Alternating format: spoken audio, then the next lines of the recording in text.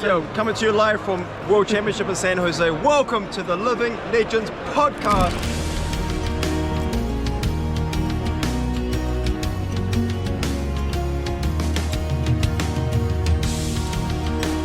I could see that sort of like a 16-bit reel, like a loop of Kel just at his back door sipping his coffee, like 16-bit. Yeah, and I'm just like looking out, smell. I love the smell too. I'm just like, oh, this is nice. Yeah. With like a little potato as well, like doing a little motion every now and again. Yeah, she would be Oregon weather to study / work to. Yeah. Lo-fi loop. Yeah. Yeah, to vibe to. Potato definitely loves looking outside. By the way, since it's been so hot recently, when it cools down, we have a sliding door to the backyard in our living room, and so we just open the door and leave the screen closed. And Potato loves looking out. She is like glued to it, and so like. It's like a mesh, is it, that comes down to stop the flies getting in and stuff? It's like one of those things. Yeah, it's a screen door. Yeah. It has two. There's two. There's like this is pretty typical here in the U.S. There's like a glass sliding door, and then there's like a second sliding door that's like a screen. Oh, yeah. We just have the glass. That's it, and then just like a sheet. Oh yeah. which stops the flies getting in. That's pretty much it. Yeah. That's like pretty mandatory. I was gonna say, I like I said, I do live in the edge of wilderness, so we do get a lot of like bugs and other things. It would be more than flies that would try to get in here, because we do have like there's like mice, there's other various wild animals, like there was a mountain lion like a year or so ago, like down the road. People are taking pictures of it. We get like coyotes and stuff, you know. It's typical woodland fare. Nice. No bears though, but bears are in Oregon. Just not by me, at least I don't think. Absolute bears. Yeah, we have black bears here. So they're smaller bears, but you know. Anyway, yeah, we should probably start the podcast. Anyway, bears and coyotes aside. Hey, you know what? Let's just roll in. How's it going, everyone? And welcome to the Living Legends podcast, your weekly Flesh and Blood podcast where we talk about all aspects of the Flesh and Blood trading card game. Today we have a really fun episode with a couple different topics, but before we get there, let me introduce my co-host. Let's start with Bill. How's it going, Bill? It's going pretty good. Hope everybody today is doing well.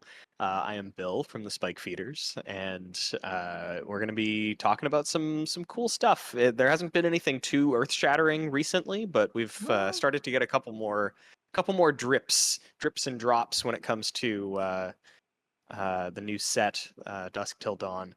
And people are starting to get a little bit hyped, and I think there's a lot of people that are really excited about both of the new heroes that we're going to be getting. But of course, we'll talk about that more as we sort of press on. Are they good? Are they stone unplayable, the worst cards I've ever made, or are they going to completely break everything? There's no in between if you follow Twitter. And of course we have Az. How's it going, man? Yeah, not bad. Yeah, looking forward to this, because obviously we got the two heroes that were revealed as part of the Singapore calling, which was good, which was won by Nick Butcher, Australian fella. So fair play. Do you on know Oldhim. Oldhim, of course. Yeah. It was Oldhim versus Lexi final. I didn't watch it all, but yeah, it was Oldhim. It obviously took that down. Yeah, but he's gone now, luckily. We do have a new specialization, which we'll probably dive into in a bit. But yeah, looking forward to speaking about all these cards as and when they come out. Spoiler season's right around the corner. So hopefully we'll be getting notifications, all of us, about what we can do and what we can bring to the table when it finally comes around. Yeah, I don't have a notification yet, so No. Me neither. Yeah. As is tradition, I just checked and still nothing. I just checked. My only notification is Instant Speed Podcast allows my comment, so that's what I got. Nice. Shout out to Flake. Yeah, he started a new channel, wasn't he? He's striking it out on his own, basically taking instant speed to his own thing, which is something that I have kept to myself, but I thought personally that he should do for a while. I was just like, why are you on someone else's thing? Do it yourself, man. You're basically doing it all yourself anyway. So, Nice. So yeah, shout out to that. Go follow Instant Speed Podcast's new YouTube channel. I believe it's just called Instant Speed Podcast or something. I think so, yeah. Yeah. Hey, you know what? Speaking of podcasts, this is a topic that I wanted to get into, but it's a good segue.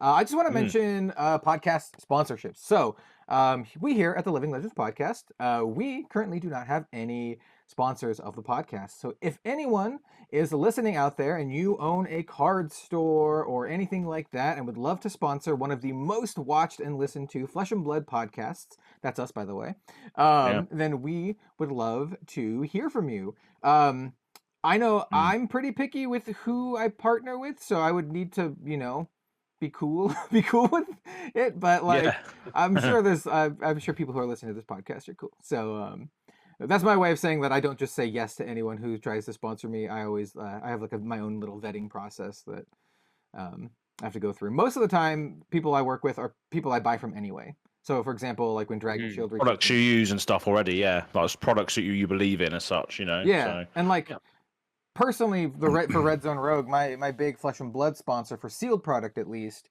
is Forge and Fire, and I literally was buying from Forge and Fire before they reached out to me about the sponsorship.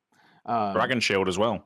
Yeah, Dragon Shield is like pretty like slam dunk for me. I have been a lifelong Dragon Shield purchaser, so it's like easy slam dunk.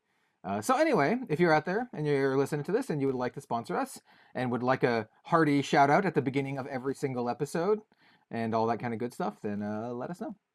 You can actually email the new email that I think I forgot to put in the last episode, but I'll try to remember to put it in this episode. We have an email in the description down below, both for the podcast, like the audio version should be in the show notes, but it should also be in the YouTube description too.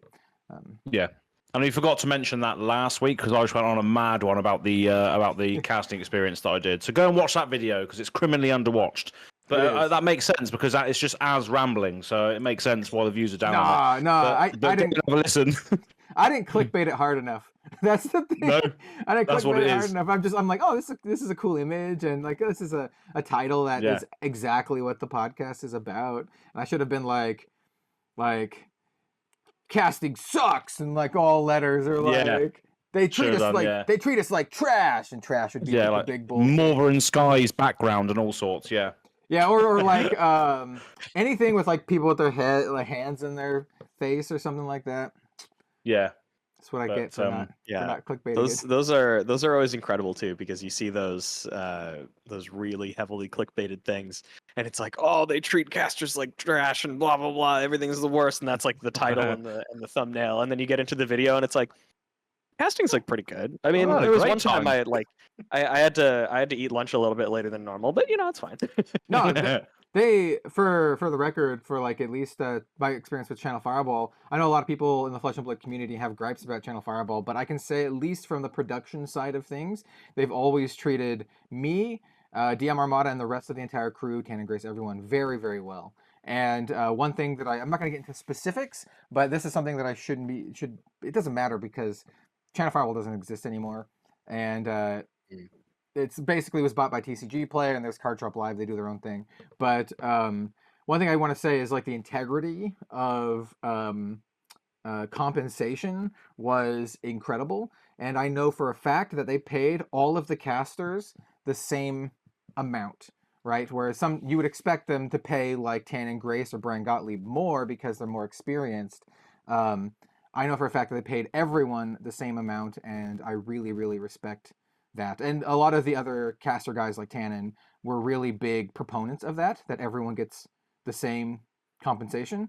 And this is kind of a tangent, but I just want to say like that's something that I always thought was awesome, and it gave me a huge amount of respect for mostly my fellow casters like Tannen and Brian, who advocated for that. And I also want to give a shout out to Eric Doa, who is another big shoutcaster who's done stuff for Flesh and Blood. He's also a big proponent of people getting paid fairly. So that's my little soapbox. I don't know why I just talked about that, but there you go. There's that. Let's get back into some stuff. Kel campaigning for equal pay. Fantastic, lovely old job. Oh yeah, hell yeah. A lot of things I'm pretty apathetic about, but one thing I'm not is workers' rights and equal pay. I'm pretty big on that. So I always when I worked in a management position, I always fought really hard for my employees and everyone I worked with. So Yeah. and I always advocated for them, and I would stand up with them when they would have problems with like even the higher ups. So anyway, that's just something.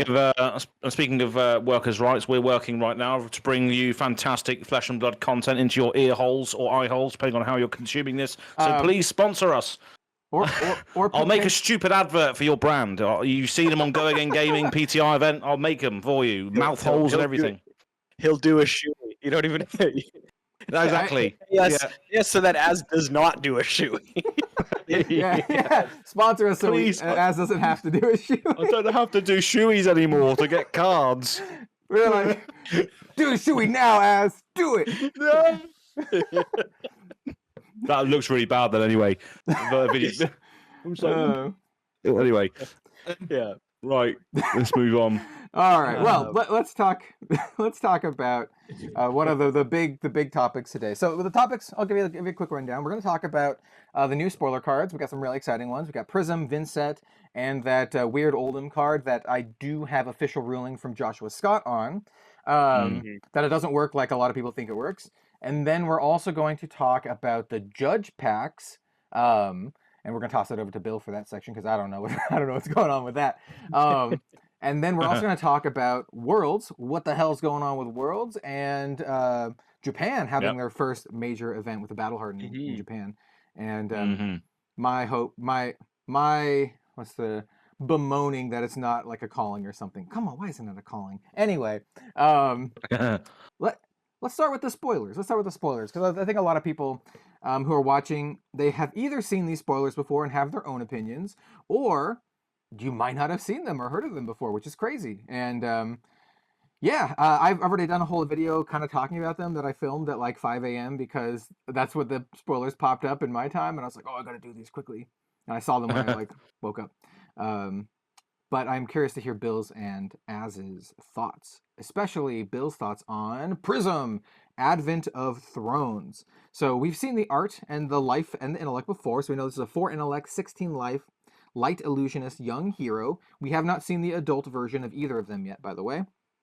And Prism says, whenever a card with Herald in its name is put into Prism's soul during an action phase, you may search your deck for a figment, put it into the arena, then shuffle. And then she has a second activated ability, which says, once per turn instant for 2 resources, banish a card from Prism's soul, awaken, and this is a bold keyword, awaken, target figment you control.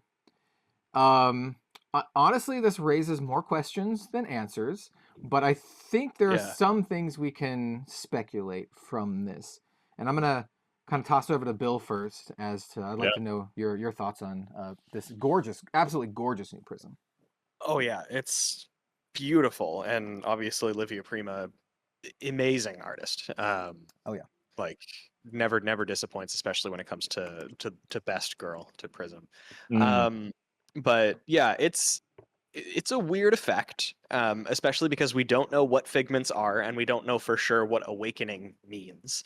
But yeah, like you said, Kel, there are a few things just from how this is structured and how Illusionist already plays. We can kind of make some educated assumptions about what that means. And if it means what I think it means, searching your deck, actually even without knowing what figments are, having an ability that just searches your deck for a thing and puts it into play is really strong in like every game that exists. Having, a pretty straightforward game plan where you're able to, if figments are something that end up being, based on a certain situation where it's a nice reactive thing that you can do, then that makes your deck a toolbox. And you can be like, oh, against this hero, I'll search for this figment specifically because it does this thing if I awaken it or whatever. And so I really like that plan of having, sort of a more reactive game plan and being able to figure out what you want to do in order to properly fight against your opponent.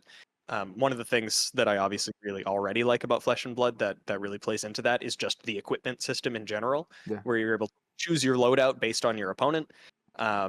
And yeah, if this is anything like that, then I think it's going to be really good.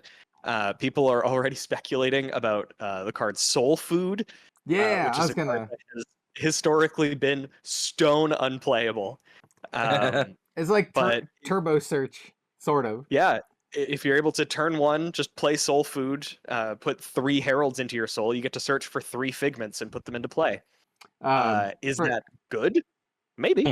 for those of you who are listening and not watching, Soul Food is a light action that has 2 defense, 0 cost. It's yellow, and it says put Soul Food and all cards in your hand into your hero's soul. And Prism, like we said, it says whenever a card with Herald in its name is put into Prism's soul during an action phase, you may search your deck for a Figment, put it into the arena. And traditionally speaking, in card games, tutor effects are never not strong. That was a double negative there. They're always strong. Yep. Yeah. So I can see why they would want to lower her health so severely if this effect is even remotely good. Being able to search for a thing that is obviously relevant to the game plan, like pretty central to Prism's game plan, if both of the lines of text on her have to do with Figments, being able to search for the one that you need and then being able to activate it at instant speed, that I assume it's going to be something like flipping a or like the invocations. Are they? Yeah, they're invocations. Invoke, Asvaline, whatever. It might not be quite that strong. It might just be, instead of auras being auras, you have to activate them. Like they come into play as a Figment, and then you sort of awaken them and realize them. And now, instead of your Genesis just being a Genesis, it's Genesis, but you have to do a little bit extra. And even then, I think that's really good because, again, if each of these auras are now just Figments, Prism means you can tutor these auras into play. Yeah. It's just kind of crazy. I have one prediction with this that ties into why her health is lower. My prediction is that Figments will have Ward on them, which ties into why she has less health. And so your opponent can easily pop them or destroy them if they're attacking you. But if you can maybe kind of turbo them out and then use the ability, because that makes sense as to why it's also an instant, right? So if the Figment doesn't have Go again, you can play the Figment and then still awaken it in a turn because this ability is an instant. So yeah. And I also I love that this Prism forces you to play with the Heralds. Like it's like you stop playing with all that aura crap. You stop with the auras. You are putting the Heralds in your deck, and you will like it. Yeah, you must punch your opponent, and we won't hear otherwise. Like you will play Angels, and you will like the Angels. Like you will attack with Angels. They want to hit. So it's kind of Katsui, isn't it? Because Katsui wants to hit, and then he can go tutor for a card, and then comes into the banish it, and you can play it, sort of thing. But yeah, going on what you said, Kel, about the instant speed life thing. I actually speculated on this as well a long time ago. Was the fact that all of the Angels that we've only seen Bologna so far. So my idea there is I reckon Bologna has a Figment on the other side. And you can awaken Bologna at instant speed, and what happens when you do that? The enemy hits you, but then Bologna wards 4. So that essentially means you have 20 life already because you're warding 4 of it by instant speeding the Bologna as a protection spell, essentially. And if you go onto FAB and you download Bologna. So if you go onto FAB, you click Save As. You save as the image. It says D to D 012 back. So Bologna is the back of the card, essentially. So the front of the card will probably be a Figment. And it's probably going to be the same with the other Angels as well, the other Angel allies that we might get. I think you're right, yeah. That's a very relevant sort of call out there as well, because we do also know Soraya. We've seen Soraya. She's different. But she's different. And I'm pretty sure I don't quite recall, but I'm pretty sure we had both sides, like pretty early. Yeah, we did, yeah. It would be interesting for them to not just show the other side unless they were doing something different with it. It's different the way they showed Bologna too, though, because when they showed Soraya, Olivia spoiled Soraya, and when she had the physical card, and so she showed one side, and we're like, oh, is there another side? She's like, oh yeah, I forgot, and then she just showed the other side. But this one Bologna was spoiled during the like the set reveal of Dusk Till Dawn, and they just were being very cheeky and not showing the other side. So I think they're saving that for spoiler season.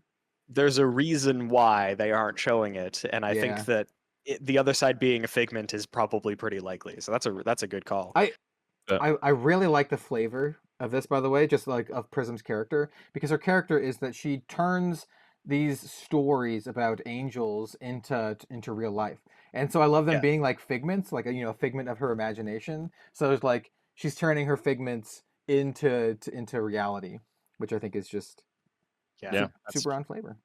Really, really flavorful. And this could be a Prism that runs the blue ones as well, right? Because it's of how cost intensive it's going to be. Because you need to attack with it, get a figment, and then turn it into something.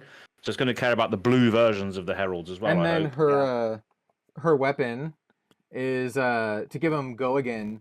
You have to pay 2 as well. It's gonna cost a lot of resources to play Prism. But that's not necessarily a bad thing, because maybe then there's some way to make it better. I'm still kind of holding out hope that Celestial Kimono is going to make an appearance in this deck, especially if you're able to tutor out a ward permanent at instant speed, essentially, then maybe that's a little bit better. My initial guess is that Figments have ward, but they have less ward than the Angel side. My guess is the Figments have like ward 1 or something like that on them. Yeah, I think that would make sense. And I think that makes sense with Illusionists' themes of like they have powerful stuff, but they're fragile. Like Illusionists are very glass cannony when it comes to like their minions and stuff. So I don't know. Yeah, I think it's super interesting. I like the direction that Prism is going. They're really kind of like putting Prism into a lane, right? They're like, you're gonna be the angel, the angel hero. And then from a lore standpoint, in the art and the name Advent of Thrones, she's sitting on the throne.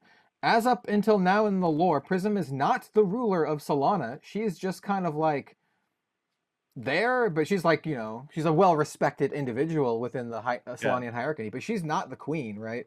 There is a high council, and my lore, and this is me just being copium because I want assassins in the set. My lore thoughts are like that the assassins are gonna assassinate the high council of Solana, and that I'm just expecting a reprint of Regicide. Oh wow! Just like instead of the Emperor, it's just Arachne holding Luminaris. God damn it! If that's the case, I'm gonna be so annoyed. Make note to Photoshop Arachne holding Luminaris. Put like Photoshop Therion dead. Yeah. No, it's just the gavel. Yeah, he's holding the gavel. Killed him with his own hammer. Just every set, it's just like an assassin's killed the person. Yeah, it just becomes the one storyline that Flesh and Blood has. That'd be really funny. It's the same trailer too. It's the same thing. Yeah.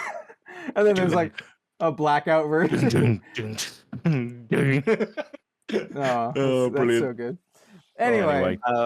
Yeah, okay. So for the next one, I want to hear Az's thoughts, because I think Az tends to like Runebladey stuff, and Kel does too. I do. I know that you're mostly Ranger, Az, but I feel like you also back in the old days. I feel like you align with Runeblade stuff. So So the next one, the other hero that we got to see is Vynnset. And I want to read it out because I have, I think, fewer thoughts than the two of you do. I literally, I wouldn't call it an argument, but I got into a debate in my Discord about Vynnset and what type of hero she's going to be. So go for it. So Vynnset is a 4 intellect, 20 health Shadow Runeblade hero, young. Again, as Cal said, we haven't seen the adult versions yet. And at the start of your turn, you banish a card from your hand. Mandatory. It is not a may. You have to banish a card from your hand. Yep. And if you do, you create a rune chant token. And then whenever you play a shadow non-attack action card, you may pay 1 life. If you do, the next rune chant effect that would deal damage this turn can't be prevented. So really interesting stuff. Obviously, way different than Chain. But yeah, what do you guys think? Here, I'll go over mine real quick, just because it's quick and I want to hear Az's take. So my take is that I don't think we've seen enough of Vynnset's support to know how they're gonna be. But if we're gonna go off of the existing Shadow Runeblade support, it feels to me like they want to make you work hard to go wide. Where Chain was like, it's just easy, you just do his thing, and then his thing also feels more things, and Chain is disgusting. It just kind of feeds into his own ability. Where Vynnset doesn't. Like it sort of feeds into the rune gating thing where you banish and you create a single rune chant, but like these things have blood debt, so you don't want to pile up too much of them in your banish zone because you'll start taking damage, right? So, and then her other ability is also to pay life, so like she's leveraging life in a really interesting way. Some people, this is the debate we had on my Discord, some people think that Vynnset is made to be a go tall deck, which I can see that based on this, but the existing Shadow Runeblade pool is not a go tall pool, and their arguments were, oh, they're going to have the support for that in the set. We haven't seen that yet. We don't know. We've only seen one card, and it is a big card, but we also saw big Shadow cards before, right, that no one played. Right, we had that Reaper one that's like the 3 for 7 or whatever that no one plays. Yeah. So there's even like, what is it? Rip Through Reality. I think it's like a 2 for 4 or something. Like it's the rate is not great. Yeah. But no. And so and then my argument to that is also like, if Vynnset is meant to be a replacement for Chain, the existing card pool should be viable for this hero. It's weird design for me if they make a new hero that's supposed to be a replacement, but they play with a different card pool. That doesn't feel like a replacement. It just feels like making a new hero, right? So that's my thoughts on it. I think they do want you to go wide, but I think they want you to work for it. And I think they have the tools already. You have Mauvrion Skies, you have Shadow Puppetry, which is really, really good, by the way.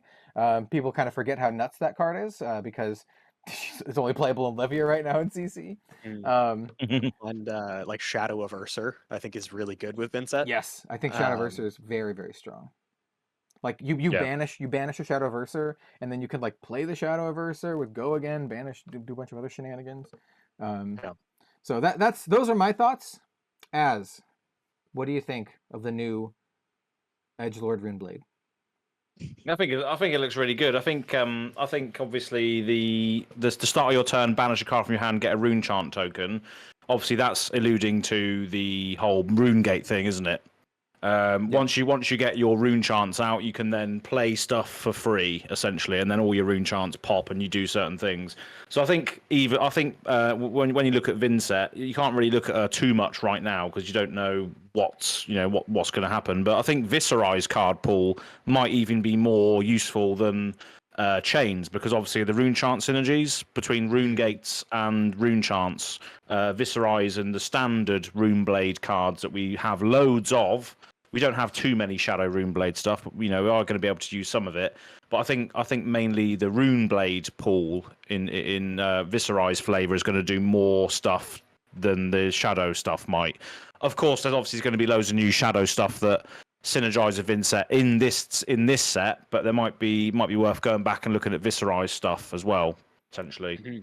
I agree. When I think about it, and like think about how you're going to build this deck, to me in my mind, it's like a mix of them. I think you're going to be, for me at least, the way I'm initializing it is that you have a lot of the go again banish cards. So you have like Bounding Demagon, and you have your Shadow of Ursa, but then you also have stuff that give things go again, like Mauvrion Skies. You have your Read the Runes, which I think could be really good. It's kind of like almost like a dark ritual, if you understand what that means from Magic. Which could be cool for like rune gating stuff, right? Because you could have a turn that's like an off turn, like a setup turn, where you just like banish a card, create a rune chant token, maybe activate your Gauntlet to create another rune chant token, and then play your Read the Runes for 5 total rune chants, and then like then you can like pass the turn or whatever, and then next turn you can do like a big banish another card, 6 rune chance, and then boom, just here you go, like 12 damage or more, depending on what you can like string together. And that's a cool thing about the Vynnset's weapon, the flail as well. That doesn't cost any resources to attack. It just costs 1 life. So if you've got a massive bank of rune chants built up and you've had to block your entire hand the previous turn, you can just say, right, yeah, pay 1 life, deal 10 rune chant damage.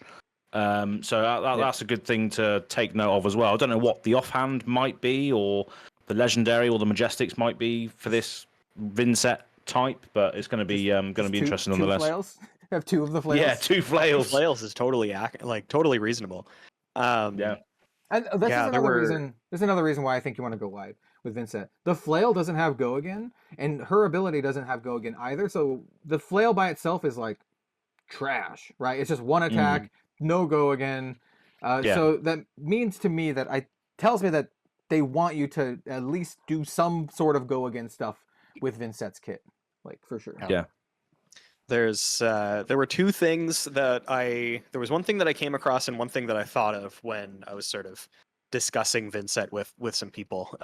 One of them is that meet and greet, I think, is going to be a really key part of the deck, because if you play a non-attack action, you can pay a life to make your next rune chant basically like unblockable, which turns on meet and greets.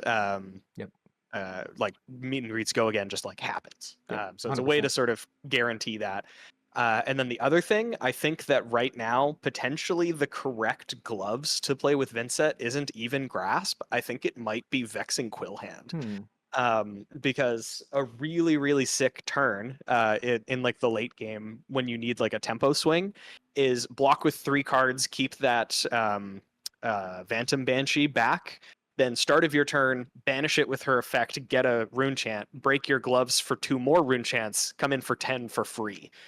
For basically 1 card. I think that's the floor though too, because like I'm pretty sure Phantom Banshee is like a common, or it's either gonna be a common or a rare. So I would be willing to bet that they're gonna print something significantly better than that to go from like that has rune gating. So I think Phantom Banshee's like it might not even make it into any of the decks because it's like which is interesting because that's like a pretty reasonable use case, I think, and that's like a good turn for 0 resources. Phantom Banshee reminds me of the fact that you can play it from banishment makes it so much better, but it reminds me of that Arknight card. I keep forgetting what it's called, as remembered last time. The Arknight card that attacks for 6 but has the cost reduction mechanic. Arknight Ascendancy. No. Amplify the Arknight.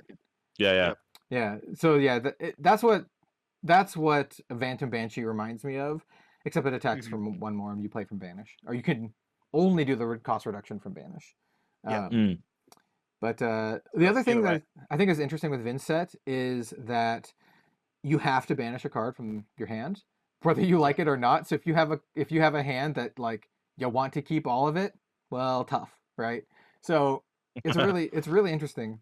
You're effectively playing with a 3-card hand every turn, assuming you didn't block with anything, which is why initially, Bill's assessment might be true, but that's why I was assuming Grasp of the Arknight, because it feels like you want a lot of like fridge block value on your equipment because you're going to be 1 card less from hand every turn. Virtually, right? I guess the idea here is that you banish something you can play, but what happens if you don't have a hand that can do that? Yeah. I'm also thinking potentially from what we've seen right now, Vynnset really does sort of lean you towards a more aggressive and utilizing your leveraging your life as a resource sort of thing. Yeah. So it almost wouldn't surprise me if we saw more things that either have like lifelink or incidental life gain attached to them for Vynnset. Cool. Just as a way to, if there's a little tiny hoop that you can jump through that gains you 2 life just while you're doing your stuff. Like, I don't think that it doesn't put you in a position where you're gaining, like, it's not like that one, what is it, the UPF deck that just gains like 60 life and you're just like, whatever. Like you're using your life for stuff. Yeah. So I feel like they could probably, I think it would be pretty reasonable for us to see just life gain sort of tacked onto cards. Do you think Vynnset runs Sigil of Solace just to gain life back? Maybe. Unkiss and Moonwish. Yes. Yo. Kiss Moonwish. Yeah. Let's go. Dark but yeah, sun. It's a dark sun kiss and dark side of the moon wish, and it's all like Yeah, absolutely. shadow Side of version. the moon. Yeah, eclipse kiss. Eclipse kiss. Yeah. Brilliant. Yeah. But yeah, I'm really excited to see what we get for both of the heroes. Yeah. I'm already looking forward to more Herald stuff. I actually have for the Judge promo Wartune Heralds, I have a full the full color Judge playset. I have 4 of them total, so I actually own 4 of each of the colors. Nice. So did you guys I'm ready. I don't think you guys got both of them. I was lucky enough to be part of the content creator program for a very long time, and I got both sets of the content creator Herald promos. And so I kept one set for myself, so I still have one full set of each of them. I think it's Rebirth and Protection. I think those are the two. That's right. Yeah. So I think Az got at least one of those. We didn't get either of them, but I'm pretty sure. I got both of them. I got you did get both. Hell yeah. Protection and Rebirth, but stupidly enough, I gave most of them away. Because they're worth a lot of money now. Those things. Yeah, I gave all of mine away. I kept a playset, maybe 2 playsets of one of them, but I did not keep very much. I think they gave us 60 total, and I gave most of mine to patrons for free. They were part of patron rewards because they gave me so many, and I was just like, okay, I'll just give one to every patron, because at the time I think I had 40 or 50 patrons, and I was just like, every patron gets one. You don't get to pick the color; it's going to be random, but you're just going to get one, and so that's how I did it, and that's how I normally like to do it. But with the most latest one, they didn't give me enough to give it to all my patrons, so I did. Yeah, we got 36, I think. I haven't seen them for sale anywhere, which is fine, because I mean they're just promos.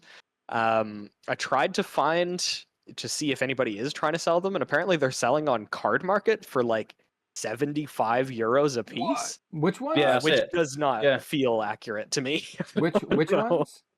The good deeds don't go unnoticed. What? Okay, well, the people who are buying my bundle made good They're money loving there. life, aren't they? Because my bundle was $100, and you get my brand new playmat, you get a box of sleeves with the art, you get the good deeds card, and then you get a couple little custom cards that have handwritten signatures from me for $100. So the playmat and the sleeves alone are $60 on my store. So if you bought it, then if that card's worth $60, then there you go. Yeah, that's kind of ridiculous. I only value the card in my calculations at $10 to $20. So yeah, I think I still have half of the ones that we were given, because I just gave them out to all of our locals, and then I was just like, I don't know. I've just found them, and I do have them because they were stuck on my wall. So for audio visual viewers, you can see them, but there's blue tack on the on the back of it. Oh, nice. stuck it on the wall. But mine are in my rare binder. Yeah, mine's just loose. But anyway, I do want to mention one last thing about Vynnset before we cap that off. Is that her second ability rinses Prism's ward cards. So it says totally. Yeah, it just plows through all of the ward. It's pretty brutal. So it says that's another thing. Yeah. Sorry, carry on. I'll make my point in a moment. Yeah. So what happens? The way it works is it says whenever you play a shadow non-attack action card, you can pay 1 life. If you do, the next rune chant effect that would deal damage this turn can't be prevented. And so what happens? I'm pretty sure this is how it works in the rules. Is it attempts to deal damage, and then the spectral shield is like, oh no, it's taking damage, and then it pops and tries to prevent the damage, but it doesn't. And then the next one does it, and then the next one does it, and the next one does it, and then they all just explode. Yeah, it's rough.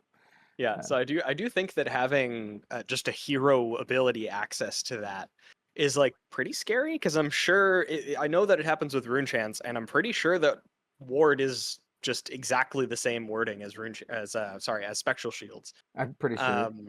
So if it's able to kill absolutely every ward permanent that Prism has, that's pretty scary. That to me that feels like the intended effect unless we get some sort of rune chant pumper, because the way rune chants work is they're individual sources of 1 damage, and the way this is worded, it says the next rune chant effect, which means it would That's only what I was going to. it would only Yeah, count the that's what I was first. going to ask. It only counts the Yeah. first rune chant.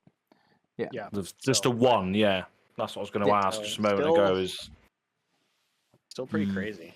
Yeah, so Yeah. I mean that's to me why this feels like the intended effect. It feels like it's meant to just rip apart Prism's shields and like Ward stuff.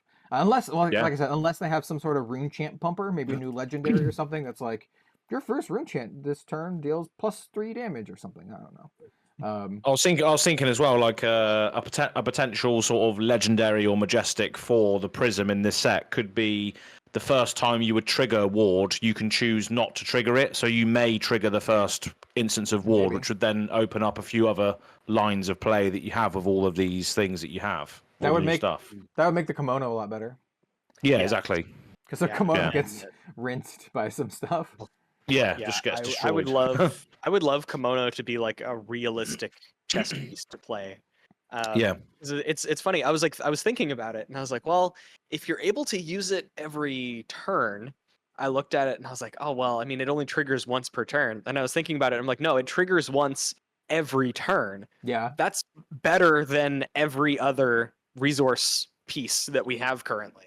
Yeah. Like, even if it only triggers once per turn, that's still just a free resource. Yeah. So yeah, I think if there is some sort of effect that allows you to like basically ignore Ward, like the first time or whatever. Yeah. Yeah, I think the kimono becomes crazy. I think that card is like really, really strong from just a regular resource standpoint. Yeah. Then I just think a deck needs an excuse to run that card because it's looks so good.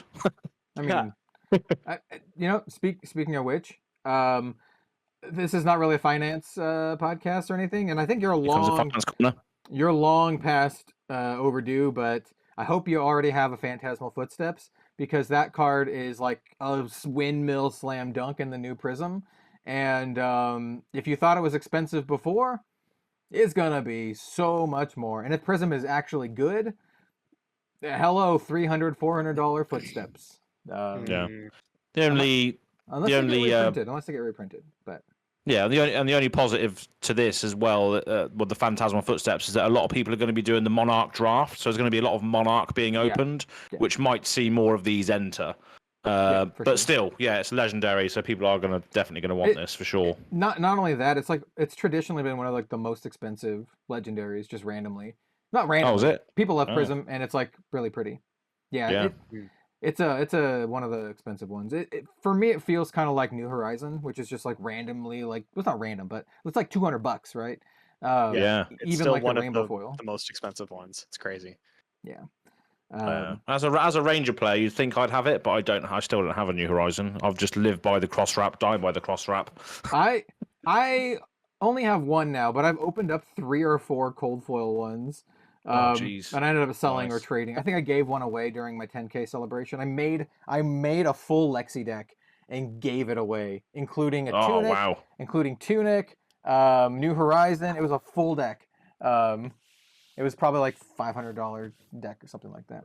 Someone's loving life for that, aren't they? Yeah, I wanted to go big. Damn. I wanted to go big for my 10K. For my 20K, I'm going to do something like that too. But anyway. And then same thing can be said for Carrion Husk. Hope you all got your Carrion Husks. So because that's going to be very expensive if not already. I was intending at some point to pick up a cold foil one, but I think it's too late now. And same with extended art Herald of Eruditions from First Ed Monarch. Yep. I wanted them, but I didn't want them so badly that I was gonna like just pull the trigger on them, and now it's like just way too late. So just get the regular foil ones. Yeah, I do have a full set of those, so that's good enough for me. Yeah.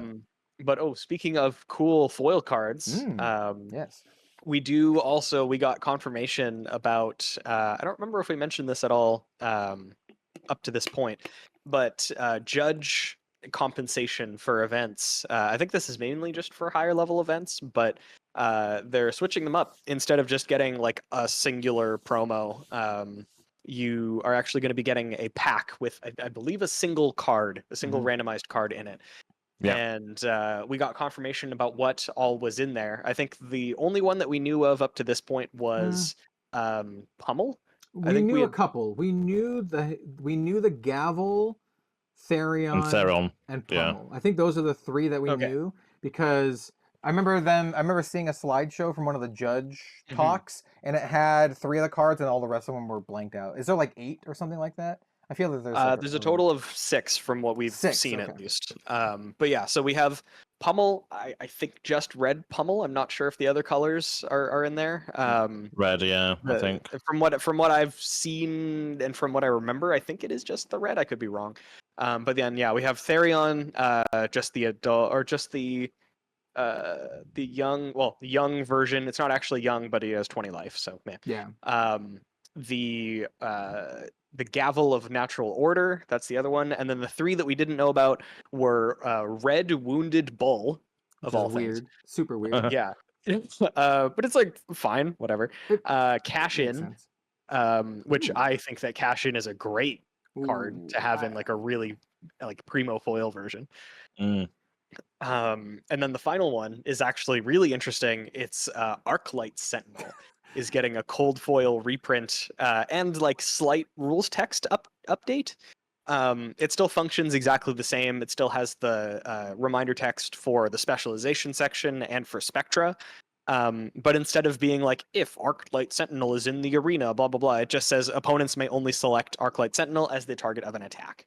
Yeah, which is still just what it does, but I think takes out a little bit of the confusion that can sometimes lie with trying to parse like, well, what if I play this after my opponent attacks? It's like, well, they've already selected their target, so Arclight Sentinel was printed in a set that didn't, like, way before allies were a big thing. It did get printed in a set that had introduced allies, because that's where we got to Ursa and such, but now allies are a much more common thing, and so it makes a lot more sense. People are more more familiar with allies. It's all good. I mean, I really wanted to go for the Plasma Fet, but that's right. Correct me if I'm wrong, Bill. So all of the cards, we didn't go over this, all the cards in these packs are cold foil, yeah? Yes. Yeah. So that's a cold foil Pummel if you want a cold foil Pummel. I personally would love a set of cold foil cash-ins. Yeah. Again, like what a great pick for just a randomly really pretty card. Yeah. Well, yeah, like it's funny because like the guy on cash-in's like grody as hell, but like I just want to make my assassin decks as blingy as possible, which currently they are, and so I need the cash-in to even though I don't play with cash-in anymore because you don't really run any Uzuri, but I mean I've looked at because Fluke and Box is he pulled quite a few of them, or I think he bought quite a few of them, and they are actually on his shop at the moment, but they're for very high prices. Well, but, I mean that's subjective. I mean, I might just be a cheapskate, but the Wounded Bulls are $650 Australian dollars each. You're not a cheapskate for thinking $600 is expensive. That's too expensive. Okay, that's all right then. That's insane. That's a PS5, dude. Well, actually, wait. Australian money is different than US, but still. Like that's a lot. Still expensive. I think the main sort of driving point for that right now is he's just the only person that has them available. I think he's just. I don't think that it's. I don't think that it's incorrect to post them for that high, because if somebody will pay for that, then that's what they're worth. That's how the market works. Exactly. But yeah, I think once we start seeing these a little bit more frequently, like even the regular judge promos. Like the what's his name? The first adjudicator. Tyquaius. Tyquaius, yeah. Like even the rainbow foil Tyquaiuses are still like $140 or something, because people don't play them. But they are still like judge promos. So I feel like these, if they're gonna be as frequently given out as I think they will be, again, I don't remember if they mentioned that they're gonna be for like smaller sort of local events, or if they're just gonna be for higher level stuff. That's just a failing of my memory. I don't recall when they what they're going to be, but I feel like they will settle once they actually start becoming a thing. Once again, not a finance thing. Buy at your own free will and risk. But like for me personally, when I see stuff like this, I'm like, there's no way I'm touching that at that price. Like it's only that price because he's the only one who has them. Once everyone has, much wider access, like give a year or so, they're gonna be a ton of them. They're gonna be like $100 or less, in my opinion. Like the lesser played ones, like Wounded Bull, is probably gonna be pretty cheap because I'm pretty sure they put Wounded Bull in there when Bull Lander was like the hotness, and they're like, oh, it's like one of the big competitive things. Everyone's playing Wounded Bull, and then now no one really plays Wounded Bull. So it's like, who wants to? You want to pay $600 for a Wounded Bull that no one's gonna play? Like Cashin is kind of fun because once again, I think it's kind of like a flavor of the month kind of deal. Everyone was running like the Royal variants of some decks, so you have the Royal plus the Cashins. It feels like they put these in here kind of like as a nod to the competitive scene, right? They feel very targeted. And then this Arclight Sentinel also feels similar. I think they're like predicting that Prism's going to be disgusting, which who knows? Prism might be disgusting, and so like. Here's Arclight Sentinel, traditionally speaking, Arclight Sentinel. Also, you know what? Arclight Sentinel I think is a really funny one too to be in the Judge pack because it's one of the cards that Joshua Scott says is like the biggest like pain in the butt. Yeah. So I think that could also be a reason why Arclight Sentinel's in like the Judge pack, right? Because it's like a Judge thing. Yeah, it's like a warning to judges. Be like, hey, you gotta be ready for this. You open it up in your Judge pack and you immediately get like PTSD. It's like, oh no. You open it up and you immediately get an IP5 even though they don't exist anymore. Yeah. Brilliant. I think they're cool. I like them supporting judges. I hope they're worth a little bit of money for the sake of judges, right? So exactly.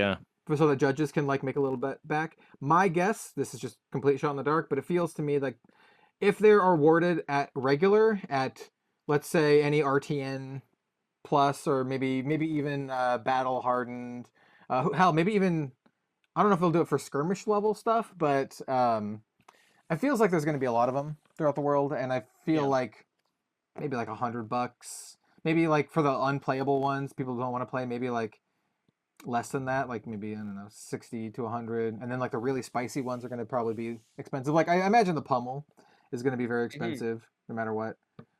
Because 1,200 Australian on his website at the moment.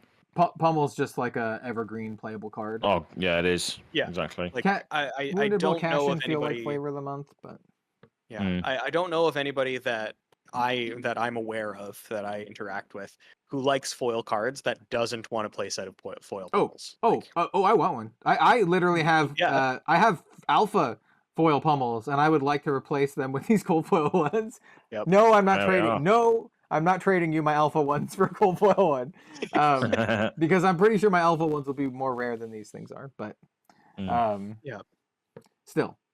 But yeah, so I'm really excited to just see that in general. I'm hoping that it'll be. I feel like from how I feel, my feelies, that they're going to be replacing judge support with these. I think that this is just the new judge support. I don't remember exactly what they said because I remember reading a thing. I don't know if these are replacing the playmats. Yeah, no, but like the because we were just getting random, like we were getting the promos at the time. So like I have I got the Tyquaius. I got 2 Tyquaiuses for judging one of the events. I forget which one. And then I got like 2 or 3 play sets of the Wartune Heralds, and then play mats each time as well.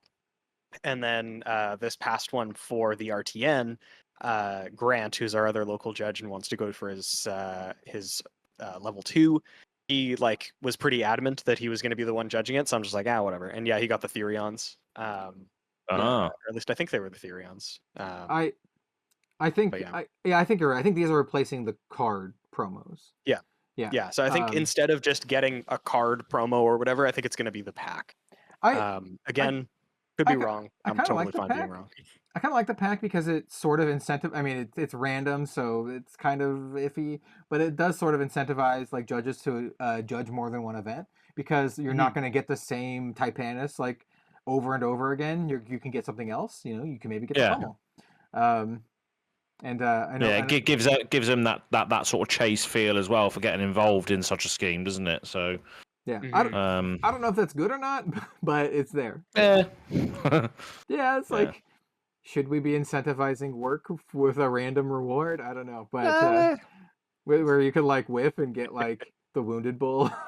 Everyone loves gambling. It's fine. But I imagine a lot of judges who want to sell them just straight up will probably sell the packs unopened. And I feel like the Yeah. unopened packs will True. probably have a premium over whatever the cheapest one is. And so Yeah, exactly. Like Fluke and Box, for instance, people will buy these packs just to open them for content. That's what he said. There's people out there that have the resources available to just buy the packs for content, which is exactly what he did. Yeah. So I will not. I do not have that kind of money. No. If I had like an extra like $1,500 lying around, I'd just commission another artist that I like to do another Exactly. cool piece of art. That's what I would do. I would be like, yo, Bima, let's do something. So like.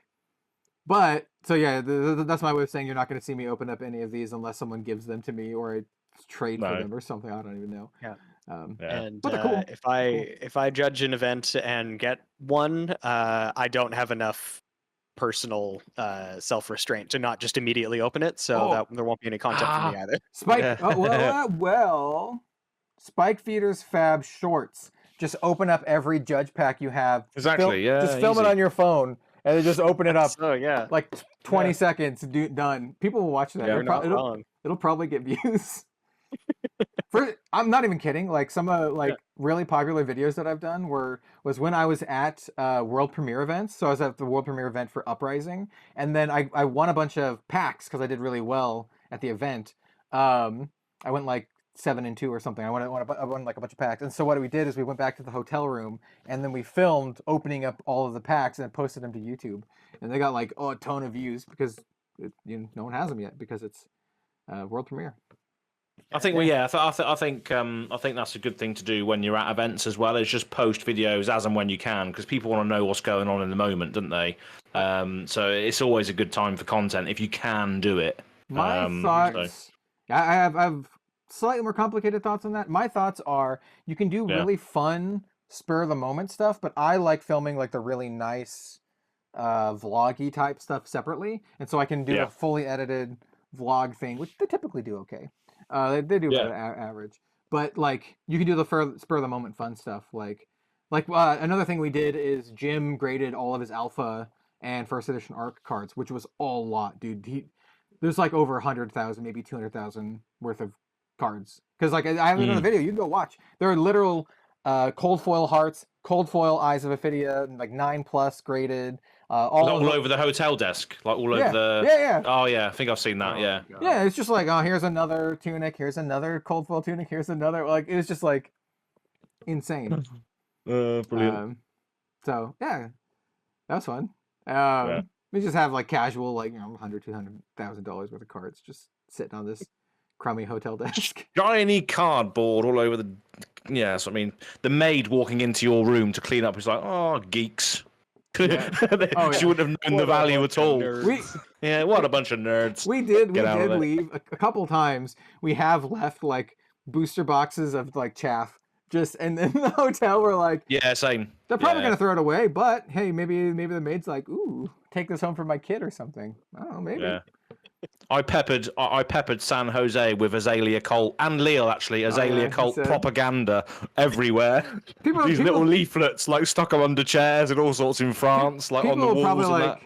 Like, what the hell is this, a band? Like, I bet like 80% of people or more were like, they thought it was like a band or something. You know how like probably bands just had a QR code on it and everything, so people could scan it while they're on the toilet, like in France in Lille. Like, oh, what's that? Azalea Cult.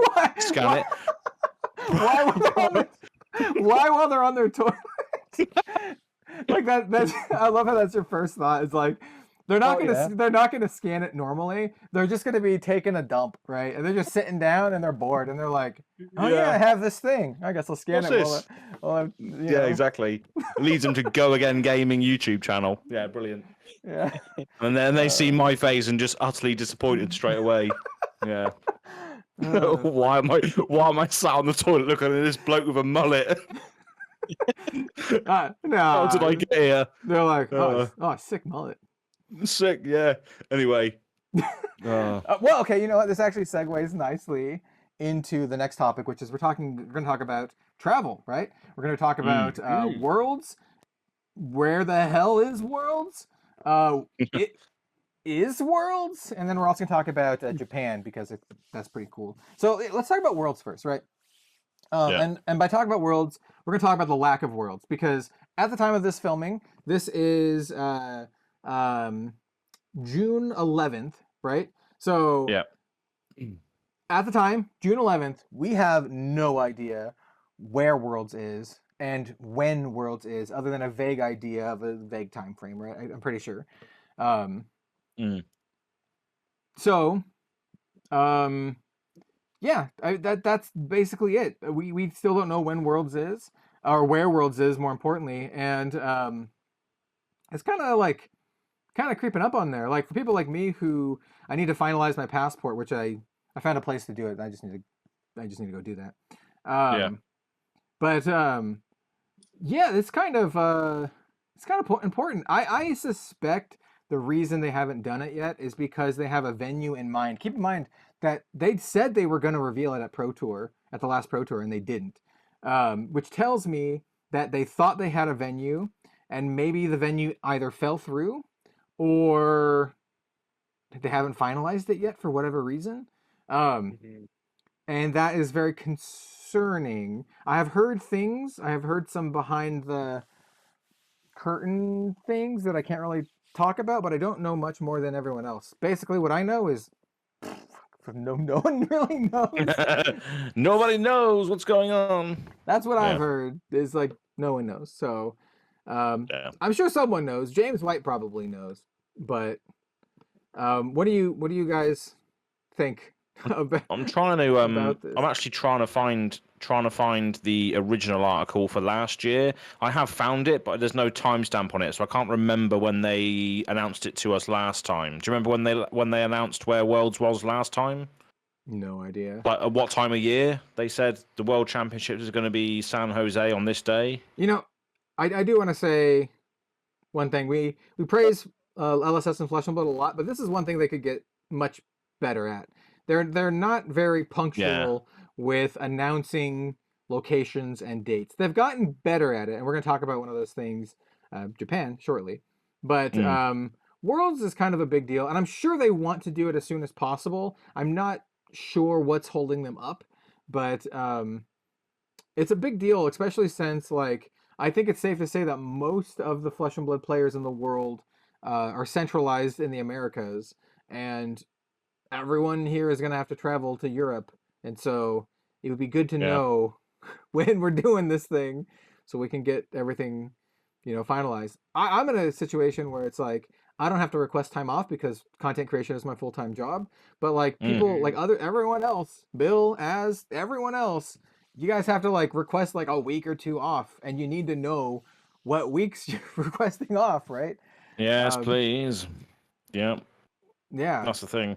I'm trying to find it now on the website, but I can't find it at all. But yeah, it's one of those things that we would love to know, because logistically, for people that don't do this full time, like content creation wise, people that don't have their own businesses or whatever, people that are working offices or whatever, we need the logistics. We need the logistical time where we can ask our employers, can we have the time off, please, to do this thing? So the more in advance that is, the better, and the more commitments we can make. And we all want to be there because, Living Legends podcast wants to be there in full. Which we do intend to be all there still. It's that's pretty much set in stone, but we want to know as soon as we can.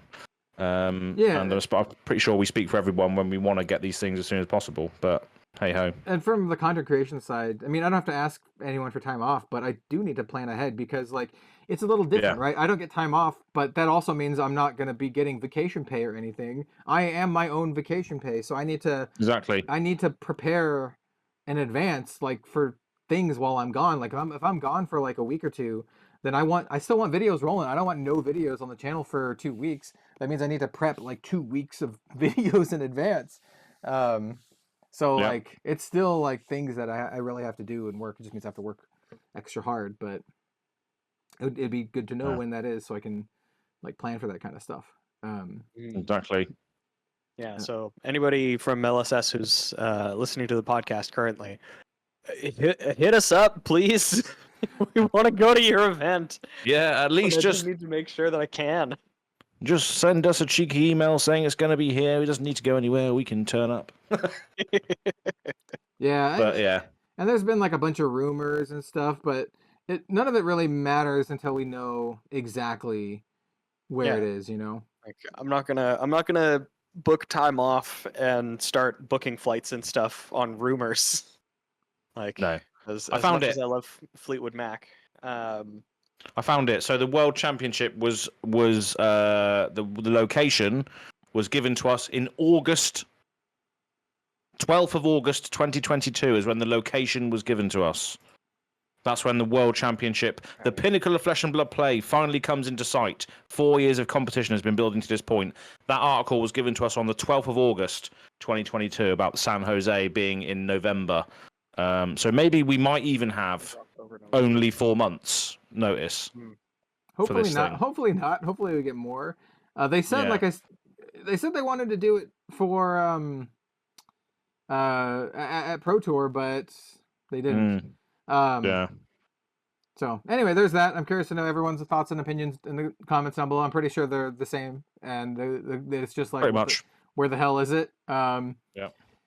I'm gonna give LSS the benefit of the doubt. I'm pretty sure that they would also like to announce it, but there's got to be some sort of weird hookup. Like they either had the venue and the venue canceled, or something fell through, or something like that. Yeah. And It's a good thing. It's a good thing, though, that everybody wants to know because everyone wants to go to it. It's fantastic. It's a great problem to have, right? Everyone wants to go to it. Tell us now. We want to buy stuff. Yeah. So We want to support the event. yes, we want to be there. We want to participate in all this good stuff. So yeah. Speaking of Premier Play events, so 2 days ago they announced a Premier Play announcement for late 2023, and so basically what it is 2 callings and then a whole bunch of battle hardens, which battle hardens are kind of like the tier like below calling, right? Typically much smaller events, but still like fairly competitive. And so there's one in particular that we didn't want to talk about. We didn't bury the lead. We went to talk about the Japanese one, but the other ones in question, I'll just run through them really quickly. We have calling Taipei. Taipei would also be really cool, by the way. Calling Dallas Fort Worth. Then we have a bunch of battle hardens. So battle harden Florence, which is also probably pretty cool. Battle harden Tokyo, which is the one we're going to talk about. Battle hardened Toulouse, Battle hardened Milwaukee, Battle hardened Warsaw. So we got some, more in Europe. Battle hardened Kuala Lumpur, which is pretty cool actually. And then Battle hardened St. Louis. So a bunch of them in the States, a few European ones and a few Asian ones. Obviously the one that we're excited about. And I don't want to speak for Az or Bill because I don't know, they could be stoked for Kuala Lumpur, but I'm pretty stoked about Tokyo. And the funny thing for me, so it's like selfish, but also because Japan is the one place I would very much like to visit because I'm a giant weeb, is it's also like the closest to me. It's like I live in Portland, Oregon, which is on the Pacific coast, right? And so it's not like close, but I mean it's just you just fly across the ocean, you lay over in Hawaii and then you just fly over to Japan, right? So it's like a not that far of a flight. In fact, it might take shorter for me to fly to Tokyo. I don't have to do the math here. I'm just talking out of my ass. But I feels like it might be shorter for me to fly to Tokyo than it would be to Florida, because Florida is like the opposite side of the country for me. Yeah. I don't know. That's crazy how that works. I'd have to do the math, but yeah, Florida is like an 8-hour flight for me, I want to say. Yeah. Wow. I feel like Tokyo is probably similar. But yeah, it's going to be in Tokyo on October 6th to the 8th. It is going to be hosted by Azumaya, and I don't know. I don't think I'll be able to make it because it's just, for money reasons. Because we're already going to Worlds, and that's going to be several $1,000s at least. But it seems really cool, and I have a feeling it's going to be very sold out. I have a feeling the Japanese community is going to show up in force. And so I think that's awesome. I know James White's going to be there, which is nice. I don't think he's going to be at all the battle hardens. So the fact that he's coming to the Tokyo one, I think says a lot.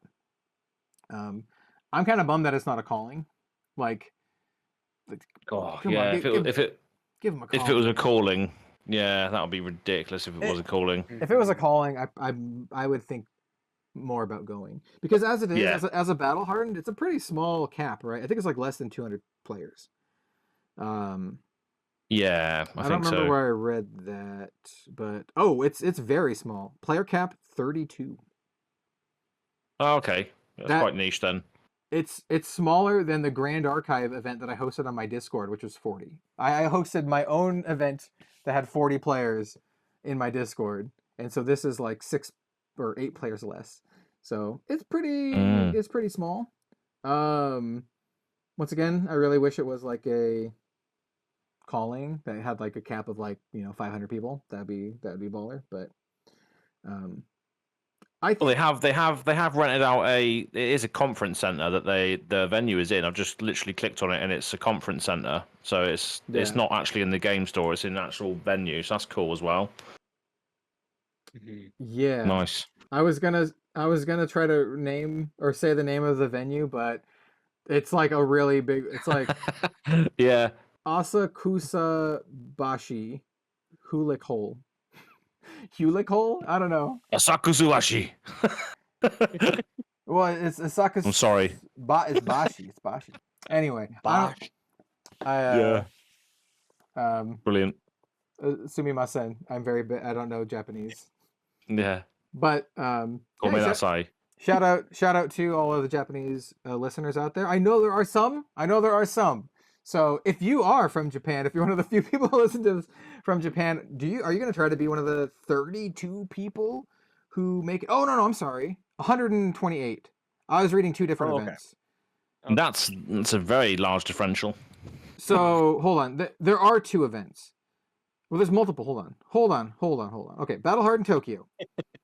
Okay, there's a super armory, whatever that means. A super armory on October 6th. The super armory is 32. So before everyone is typing in the comments, if you've listened this far, that's that. The Battle Hardened itself is 128. That sounds more close to what I was thinking. It's still really small though. And then Professional Tournament Invitational, so PTI. They're also having a PTI, also 128 players. So it's a little bit bigger than we thought. Still very small though. Like 128 is like a very small event. Yeah, I mean it's similar to like size-wise, like the White Rabbit thing that I did recently is probably similar size to that, and that was still, when you looked at it through the lens of the stream, you can see there's a big hall of people, and 128 people, if they fill it up, that's still going to be buzzing. So no wonder why they've hired a conference center for it. It's going to be awesome. I guess if they get that many players. My personal frame of reference might be skewed a little bit because I've only been to callings and higher. So I've only been to callings, Pro Tour, and then Worlds, which all had like easy. I think the smallest one I ever was at was like one of the random callings in like Indianapolis or something that maybe had like 600 or 700 people. I think that's the smallest one that I was at. Most of them had closer to 1,000 plus. So my frame of reference is like 128 people. I'm like, hell, I could host a tournament that has like 128 people. I can host it on my Discord, man. I'm not gonna. 40 people was enough for me, but because I literally ran the whole thing by myself. But well, anyway, if you're from Japan, are you excited about this event, and are you going to be going to it? I know there are more and more Japanese players every day, and I think that's super, super cool. I want to make a big trip out of going to Japan. I would love to go and just like go to different areas. I'm the kind of person I don't want to come off as a tourist, even though obviously I'll look like a tourist in Japan. Whereas I think I'll fit in a little bit more in like Europe. I'll fit in a little bit more in Europe. I really want to go. If I don't go this year, which I probably will not be going to this Battle Hardened, I definitely want to go next year because they did say they want to have some like bigger premier level events in Japan next year. And I'm excited for that.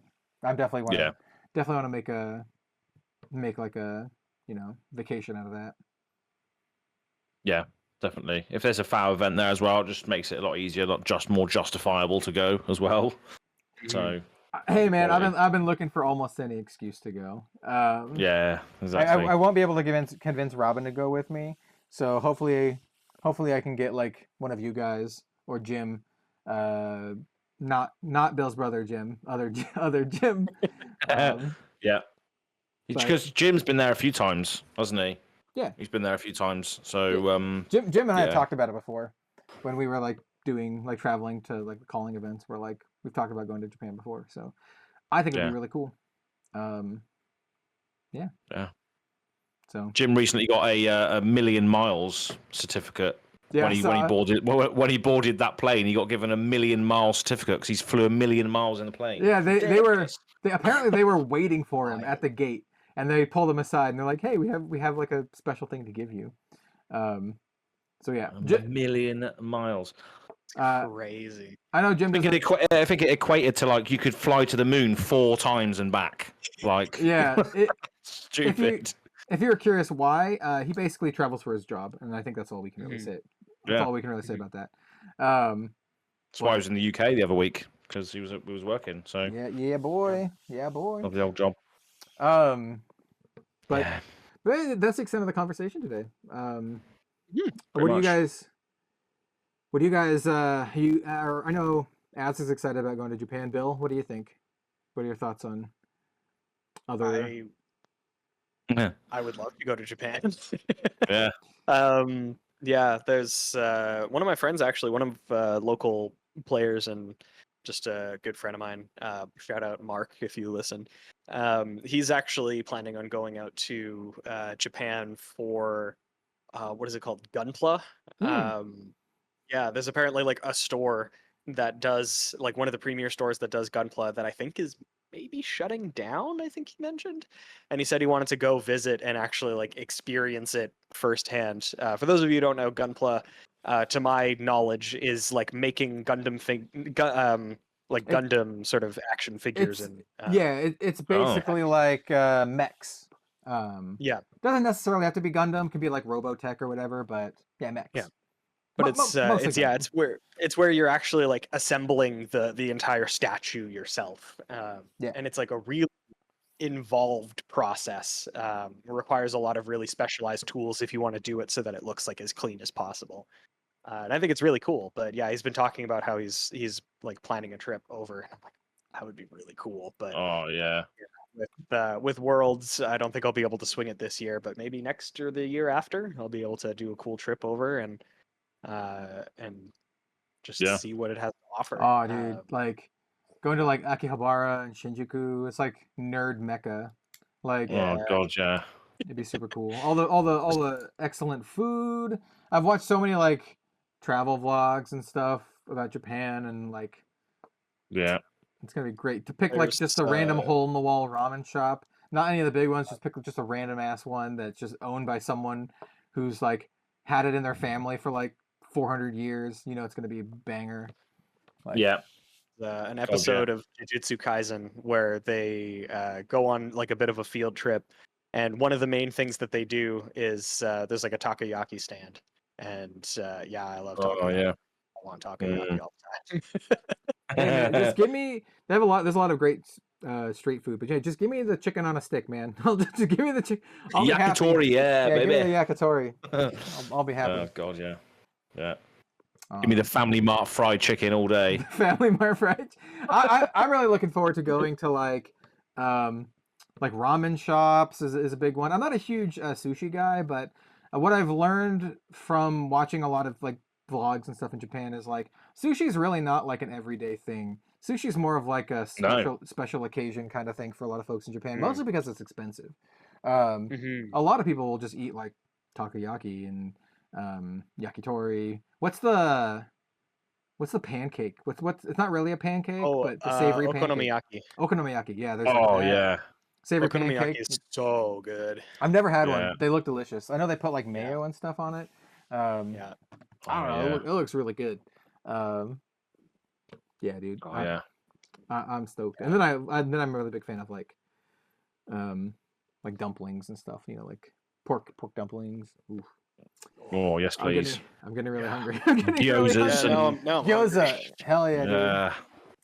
Hell yeah. There was an Abroad in Japan episode where they ate a giant monster gyoza. It was like massive. Yeah. It was like this big. He did it with like Oh. Anime Man or someone like that. Yeah. Oh yeah, that's really good. Oh, I had definitely. it was like a month or two ago. I had a conversation on Twitter with Flesh and Blood player from Japan, and I was like, I think they said something along the lines of like, I was like, oh, I can't wait to go visit Japan, and they're like, oh, well, we'll learn some English, and I'm like, well, I'll try my best to learn some Japanese at least. So, but I will be the stupid, foreigner. I'm like, I don't know what the fuck you're talking about. Like, I don't know. What's amazing is as well is that they play Flesh and Blood with English cards. Yeah. Like that's just crazy how they can do that.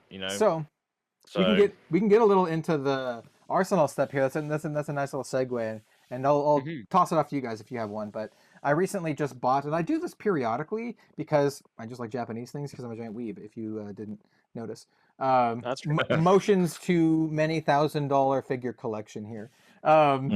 Each figure is at least 100. Some of them are multiple hundreds. But anyway, I like checking up on Japanese like gaming stuff every now and then because I think a lot of really good stuff comes out of Japan. And recently I came across a game called Overdrive Append, which is a brand new card game from Japan. It is not a trading card game. It's a card game where you buy like box sets and they just come with everything in it, and there's like expansions to them. And it's only in Japanese. The art is beautiful if you like anime art. It's more of I want to say like a Arknights style vibe than like a moe cutesy vibe. It's more like a but I mean the characters, they look great obviously. And it's cool. And one thing that really appealed to me about it is that you can play solo. It's 1 to 4 players. And so I was like, hell yeah, solo game. The only downside is it is only in Japanese. So you guys are saying how like it's crazy that these Japanese players play with Flesh and Blood in English. Well, I just bought every box set for this game. It was pretty cheap, by the way. It was like less than $100 on Amazon Japan. Pro tip: Amazon Japan, great way to buy imported stuff from Japan. Shipping is usually not that bad. It's cheaper for me to ship from Japan than it is for me to send something to Az or Bill. So like, That's wild. yeah, especially Bill, who's on the same continent as me. All you have to do is cross some like imaginary borders, but those imaginary borders make shipping like $30-$40. Really? Okay. And then like it costs more for me to send something to Kel than it does for me to send something to somebody in a different province within Canada. Yeah, It costs like twice as much to ship to a different province. It's crazy. yeah, it's I don't know, Canada, like I don't know, shipping laws or whatever you want to call them are weird. All I know is that it's very expensive, and like just shipping a bubble mailer to Bill is like just a bubble mailer is like $15 to $20, I think. Really? Depending on the time of year, and then to ship it to you as slightly less than that, and you're like not only way further, but you're also across the ocean, the other ocean, like the ocean that I'm not even close to. Like as you're like on the opposite side of the world from me, basically. And it's and the thing is as well, I live in Blighttown as well, so it's trying to get things to Blighttown is even harder. Yeah. Well, yeah, there are all those guys shooting poison darts at you. Exactly. Yeah. Yeah. As is in Blighttown. Dung pies and all sorts. Yeah, they're just throwing the dung pies to build up toxicity. How toxic is it there? Yeah. Oh man! Step outside your front door and suddenly you're poisoned straight away. You just run to the next clean area. Yeah. You just immediately start taking damage over time. Literally, yeah. But so anyway, I bought all of I think it's like 4 sets. They were like 3,000 yen each, which is like less than $30 each. And they should be in the mail like next week, and I'll probably do a little video on them. I like doing videos on this kind of stuff, even though I can't read them. But the fact that it's like 1 to 4 players is super cool and really appealing to me. So if I can find like translations of it, I might try to play by myself, like just learn. And I like doing that every now and then. There is, and this is for me, I just wait and pray that someone will localize them. There's a couple companies that do this. There's Lion Wing Studios and Japanime Games, they're actually pretty local to me. They're from Portland, and they typically do localizations of Japanese games. So, for example, for that, if you also would like a single player game, there's a game called Blade Rondo, which similar kind of art. It's anime art, a lot of cute girls and stuff, but they have like swords and stuff, very Arknights style. And you can play that game completely solo. It's like a boss rush mode, and it's really cool looking. And I backed it on. They had a not Kickstarter; it was on GameFound for a localization of Blade Rondo. And Blade Rondo is a really well respected game in Japan. And so when I saw they were gonna localize it, I was like, hell yeah. So if you're into that kind of stuff, especially if you want to play single player solo games, especially if you're the kind of person who likes one, anime style stuff, but two, if you're waiting for Flesh and Blood PvE and you want to see a different take or a possible take on Flesh and Blood PvE, I would highly recommend checking out Blade Rondo. Should be coming in the next couple months in English. And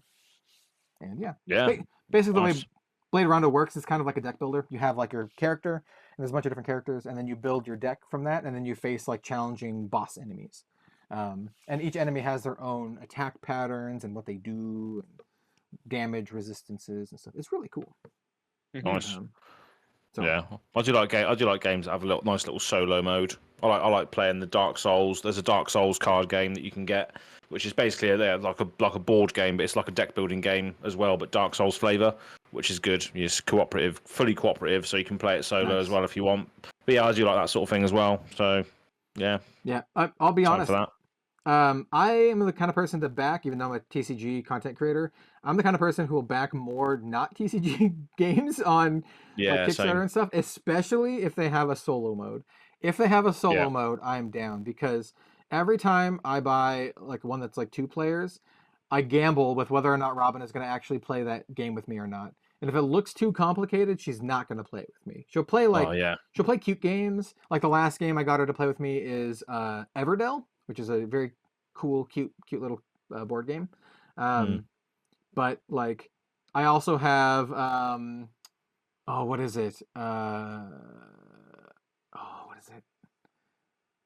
I forgot what it's called. It's Jaws of the Lion is the name of the expansion set. It's a popular like board game. Oh, Gloomhaven. Yeah. I bought the standalone Jaws of the Lion, and I was like, hey, do you want to play this with me? It's like co-op thing, and she's like, she looked at all the pieces and looked it up. And she's like, massive box and all sorts. Yeah. She's like, nah. And I'm like, okay.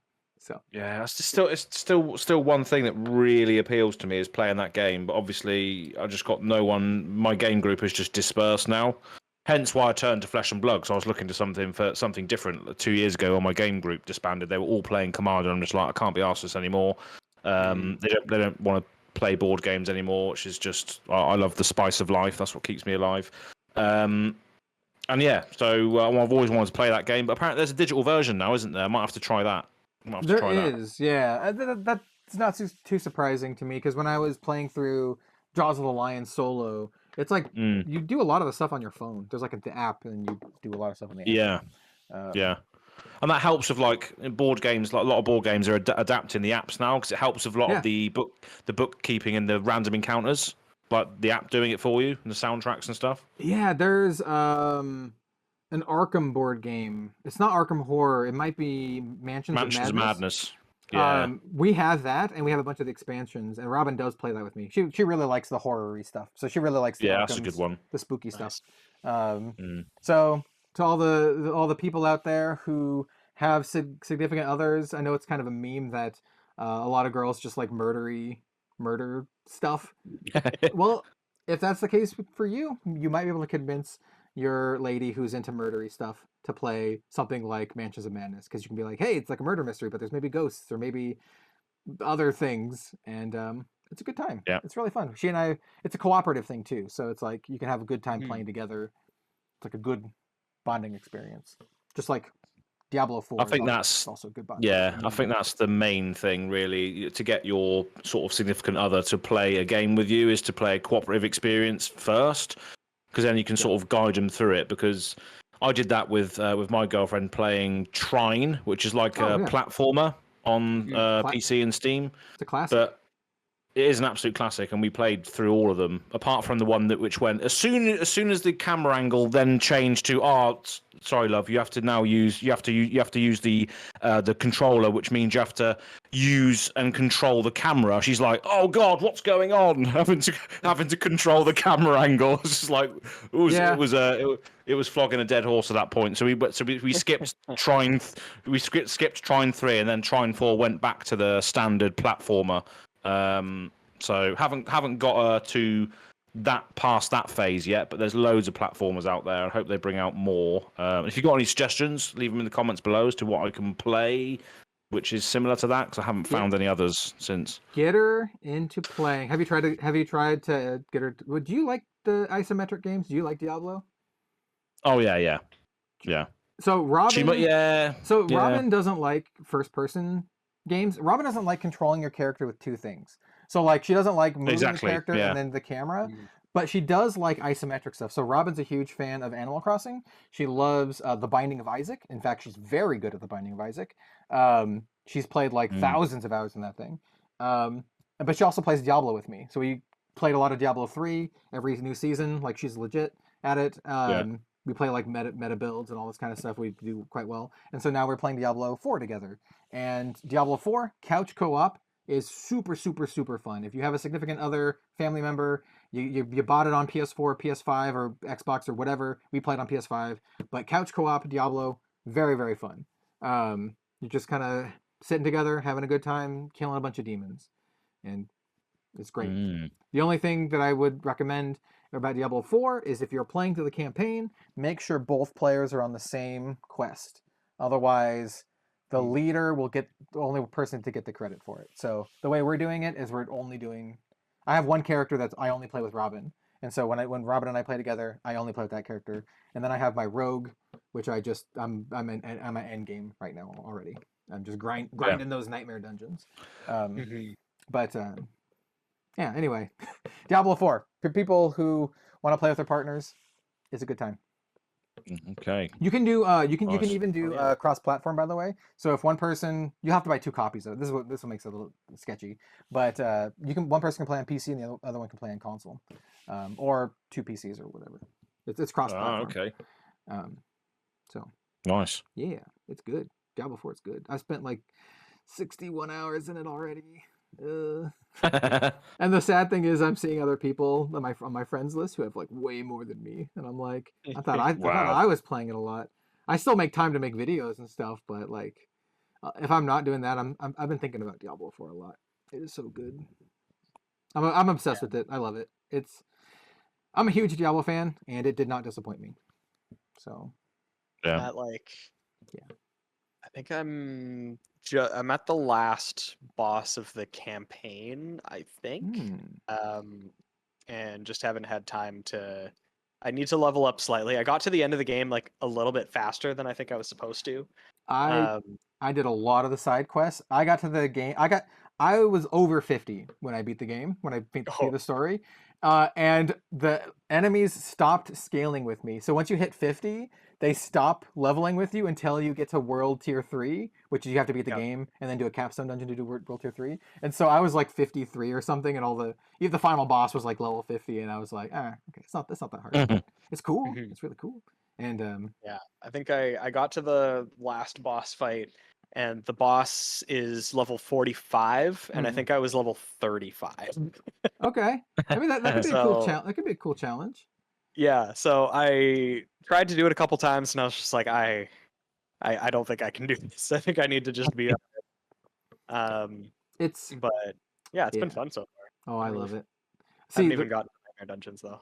The way you unlock Nightmare Dungeons in World Tier 3. So after you beat the boss, there's a kind of sort of lengthy epilogue, and then it runs you through the end game stuff. So there's like a end game daily system. It's not really dailies because you can keep doing them. And then there's Nightmare Dungeons, and then there's after you do the Nightmare Dungeon and you unlock World Tier 3, you also unlock Hell Tides, which are like it makes certain areas on the map like under invasion, and that's a great way to get loot. And then you can get uniques, which are different than legendaries. You can get uniques, and then you get like higher tier items and stuff. Anyway, I'm not gonna talk too much about it, but it's really fun. And the story is really good. The story's so much better than Diablo 3. I feel like they did justice to a lot of the characters. There's a lot of locations you'll recognize if you're a big Diablo fan. There are even some characters you'll recognize if you're a big Diablo fan from other Diablo games. I won't spoil anything, but it's like when the character showed up, I'm like, yo, it's the character, and I'm like, Robin never played Diablo 2 or 1. She's only played 3, and so when a character from like Diablo 2 showed up, I'm like, oh, it's from Diablo 2. So there's a little spoiler. There are some characters from Diablo 2. Nice. And so I was like, it's good. It's really good. And there's going to be, they've already announced 2 expansions for it. So I'm like, yes, I'm going to be eating good. I love this game so much. I want more. So yeah, I'm unashamed Diablo 4 simp. I love it. I loved Elden Ring last year. Diablo 4 is my Elden Ring this year. Nice. I feel like I've been spoiled lately. Like Flesh and Blood's been so good, Grand Archive, and then now like Diablo and Elden Ring. I've been like, the games that I've really been enjoying have been really, really good. So, and I'm glad that this is one of the things I wanted to tweet about this, but I noticed that Souls games hit mainstream last year with Elden Ring, and they became like a big mainstream thing. And I feel like Diablo is hitting mainstream now. It's like, yeah. And instead of being like, oh, I liked it before it's popular or whatever, I'm just like glad that all the stuff that I like is becoming big. Next up, Flesh and Blood. Let's do it. Flesh and Blood. Just while we're on the game train as well, there's another thing as well. There's another really underrated game which is getting a sequel next year. Do you know what it is? It's like it's Souls-ish, and it was the publisher of it. Is it Lord of the Fallen? Lords of the Fallen? No. I mean that one is. No. That one is a Souls-like game getting a. It is Souls-ish. Yeah, it's made by Capcom. Oh, wait, are you talking about Dragon's Dogma? Yeah, boy. Dude. Dragon's Dogma 2 is coming out. Wait, are you a big fan of Dragon's Dogma? Because oh yeah. Yeah, I love the first one. I love that game. I didn't know this. This Yeah. is a genuine moment for those listening on the podcast. So I'm a huge Dragon's Dogma fan. I was the kind of person who like I farmed the Dragon. So if you're into Dragon's Dogma, you'd know what this is. I used to farm the online Dragon, and I would go and I'd wait on the on the Facebook group, and people would be like Dragon at X%. I'd be like, hop on, and I'd just climb on the Dragon, and I'd be like whack whack whack whack whack whack, and then you get all the sweet loot. Like I had everything, man. And then like I bought the game like 2 or 3 times because I played it on original Xbox, and then I also bought it on it cut like a sort of remaster thing. I bought it on PS4, PS5 again. Mm-hmm. If you have not played Dragon's Dogma, it is super super fun action RPG. It's open world action RPG. You can climb on stuff. You can climb on enemies. I've never really played caster, like a spellcaster. I usually have my pawn be a spellcaster, but I played warrior and I play the assassin. Obviously, that's kind of like the one that I play. Oh, gotcha. Yeah. Oh, so it's so good. Dragon's Dogma was great. Yeah, I was. There was some game announcements this past month or two that I was so stoked for. Seeing Dragon's Dogma 2, I never thought it would happen. I thought they gave up on it because they had plans for it and then they like scrapped them or something. So I'm super stoked for Dragon's Dogma 2. And then another game that I never talk about here because it just never comes up. I'm also a huge fan of Alan Wake. I love Alan Wake. And they're making an Alan Wake 2, which is kind of like a supernatural Twin Peaks-esque vibe with like Stephen King-ish kind of stuff. I love Alan Wake. It's like, it's my vibe, man. I love it so much. And it's like set in the Pacific Northwest. So it's like, oh, it's like happening outside. Yeah. So, yeah. Those are 2 things that I'm very passionate. I'm really looking forward to. I'm glad that you like Dragon's Dogma, man. I didn't know that. Yeah, I saw the announcement. I was like, oh, this is so sick. This looks quality. So I've looked on Steam. It doesn't say when it's announced or anything at all yet, but yeah, it looks awesome. Hell yeah. So can't wait for that. That might be a game I actually play for once, but we'll see. We'll see if I have time to do it. These games that I get so excited about, this is how I feel most other people feel about like the new Zelda game, which I'm like, for the Zelda game, I'm like, whatever. Like, yeah, it's Zelda. I might play it eventually. But these other games that are these weird rando games that I personally just, for whatever reason, really, really like I get so stoked about. Because like I never thought they would get sequels, especially like Alan No. Wake. Both Alan Wake and Dragon's Dogma were games that I think they did well and critically well, but like maybe didn't make a ton of money or something. And I didn't think they would get sequels. And the fact that they're getting sequels is so good. Yeah. Well, shout out to Steam. Steam at the moment are having a 87% off sale for a lot of Capcom games, so I might actually have to get some of these. Quite a few different ones on there. Highly recommended Resident Evil 2, 3, and 4 remake. Yeah, they're all on there for less. If you can get them for cheap, very good. Very, very good. Yeah, they're all on there. I like Resident Evil quite a bit, but not as much as like Diablo 4 or even like Dragon's Dogma. These are games, like for Diablo 3, I think I spent maybe 2 or 3 hours game time. On my PS5, it has a log of over 800 hours just on the PS5. Or PS4 or 5. I think it goes over. But that doesn't even count my PC time, which was significant.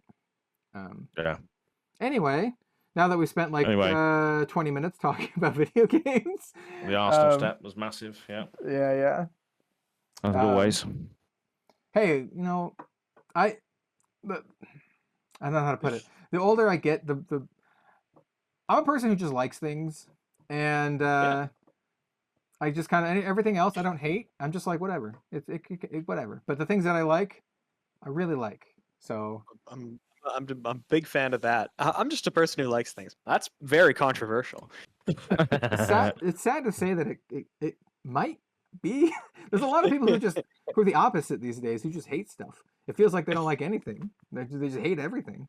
Even people who even like YouTubers who spend like hundreds of hours in games, they just hate them and complain about them the whole time. I'm like, you must be a miserable person. Jesus. Yeah. Anyway, so cool. Find something you like. Absolutely. Maybe it's Flesh and Blood. For anybody who's still hanging around, comment down below. What's something that you like? Yeah.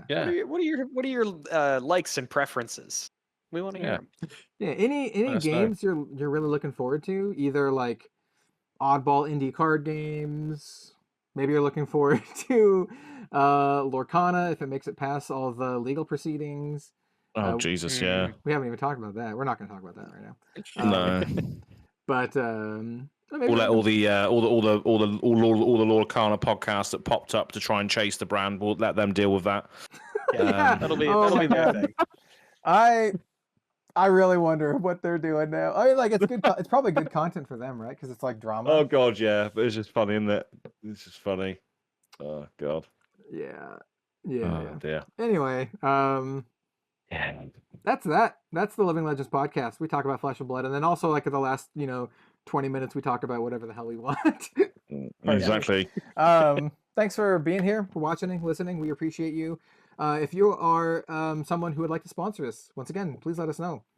You can email us at is it Living Legends Podcast or The Living Legends Podcast? The Living Legends Podcast at gmail.com. There you go. The Living Legends Podcast at gmail.com. Email us about your proposition and your sponsorship, and then who knows, maybe we can work something out. Exactly, and if you're a listener as well, you can also message us with like a topic of the week or something that happened to you in Flesh and Blood. Just let us know, and we can potentially read them out on the podcast. And we haven't mentioned it since I made it, so we should probably make a habit of that also. Yeah, and you can comment whatever you'd like. Just be nice and respectful. Hey, you can even say that our facial hair, like my facial hair plus Az's facial hair, basically makes Bill's. You can do that. Just add Az's mustache to me. You make Bill's. Exactly. Yeah. That's what I'm here for. He's the just a fusion situation. Just a fusion. When me and Kel fuse, we make Bill. So it's just there we go.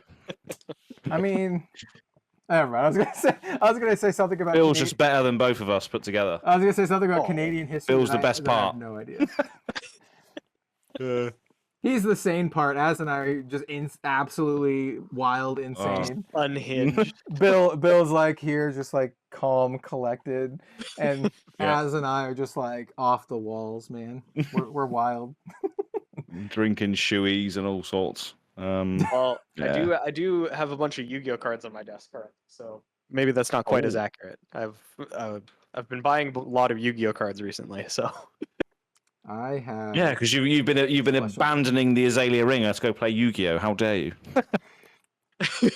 But no, I will say I had DM Armada on last week, and he was playing Kano. Oh, nice. So it was a nice little thing because obviously he loves Kano. So I thought, yeah, why not? Did you get Kano'd at all? In the first game I did, and then I beat him the 2 games after that. I beat him twice in a row. But Nice. yeah, it was good. It was good. Yeah, that's good. He's usually really hard to pin down. He's a busy guy, so Yeah, he enjoyed it. We made some Ace Ventura quotes on the on the stream and all sorts. It was a lovely time. But yeah, it was good stuff. So, shall we wrap this up with all of our things? Yeah, let's go to Bill. Where can Yeah. people find you? absolutely. Thanks for listening, everybody. I'm Bill from the Spike Feeders. You can find me on Twitter at BillTSF. You can also find me on YouTube at the Spike Feeders FAB. We do live edited gameplay content, and if that's something that interests you, you should definitely go check it out. Yeah, Fantastic. I agree. I just finished watching their Azalea Gauntlet. I think it was Azalea, right? The last one I watched was Lexi versus Azalea. Lexi, yeah.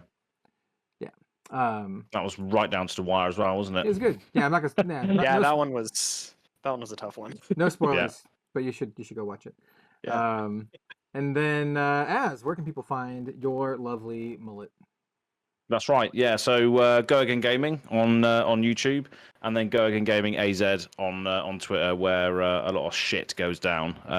So go and follow me over there. Yeah, you can watch beg for spoilers as he does shoeies. Yeah, that's right. I feel like I'm in a good position if I can get a spoiler card from doing a drink out of a shoe.